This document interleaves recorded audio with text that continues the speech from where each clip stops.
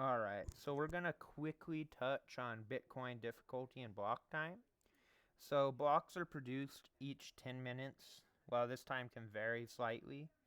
So for this to be true at all times, the difficulty needs to be able to adjust. Miners are constantly guessing nonces, and when more people join, the nonce will be found faster. So when this happens, the difficulty will be increased. The network increases difficulty to make sure that the block time will stay the same. If people stop mining, it takes longer to find blocks, so then the difficulty needs to go down so that the block time can be at 10 minutes again. When new blocks are produced too quickly, then you can have orphan or stale blocks.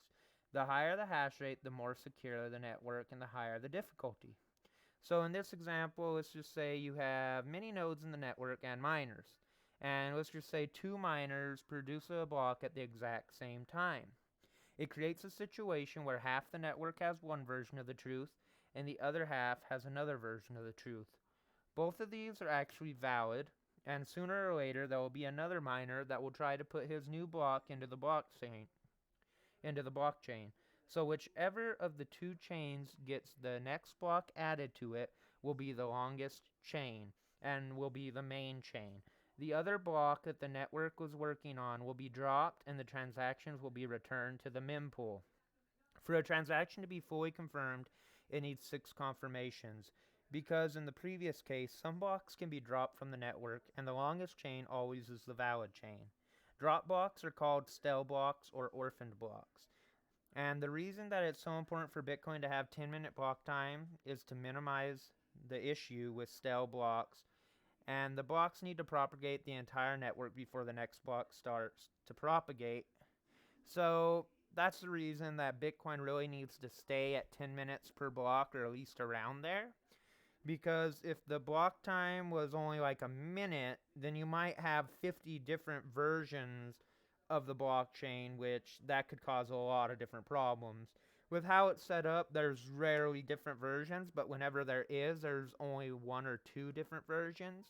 And whichever version is the one to have the next block added to it is the valid version. So it's not that big of a problem with the 10-minute block time. But that's also why before a transaction is considered fully confirmed, it's nice to wait 6 blocks, because your transaction might end up being in a stale or orphaned block. So that means it'll be dropped and put back in the mempool waiting for a miner to include it in the next block. I just kind of wanted to give everyone an idea of the point of the 10-minute block time, and also why it's so important to have that. It's really, really important. And I hope this gives you an understanding of that.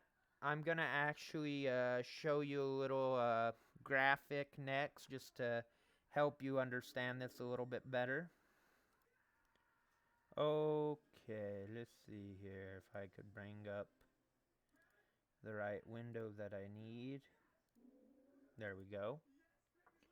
Okay, so here's just a little example.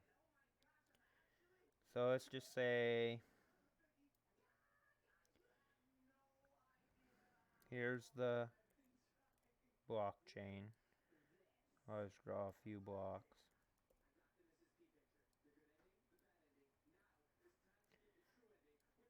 Okay, now I'm going to kind of demonstrate what I was going over. Let me just draw a line to connect these.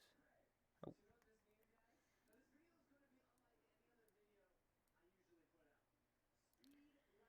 Okay, so in this case, we'll have two different versions of the blockchain, because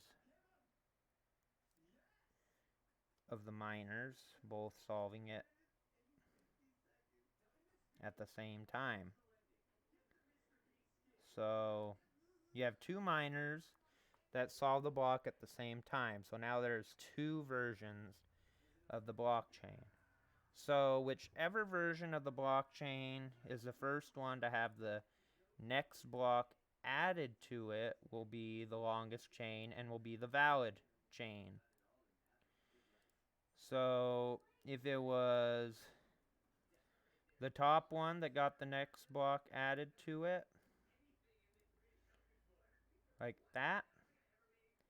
Then this one will be the new valid chain, and this block down on the bottom right here, this one will be dropped from the blockchain, so drop it out, and any transactions in it will be returned to the mempool to be added to the next block.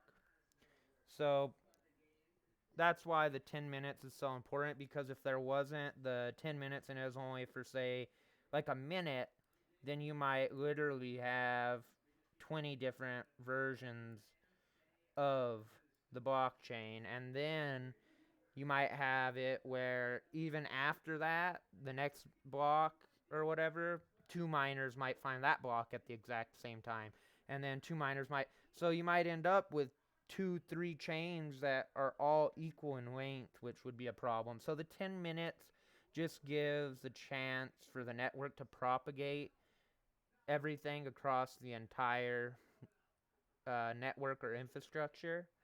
So I hope this kind of helps you understand what happens when two miners find a block at the same time. It's just that the first one out of those two to have the next block mined onto it will become the valid chain, and the other one will be dropped from the network. And it is possible it could happen multiple times, but either way, eventually one of them is just going to be the longer chain and be the one that is used. So I hope this helps give you a little bit understanding of that. Thank you for watching my videos, and I hope you all have a great rest of your day. Thank you.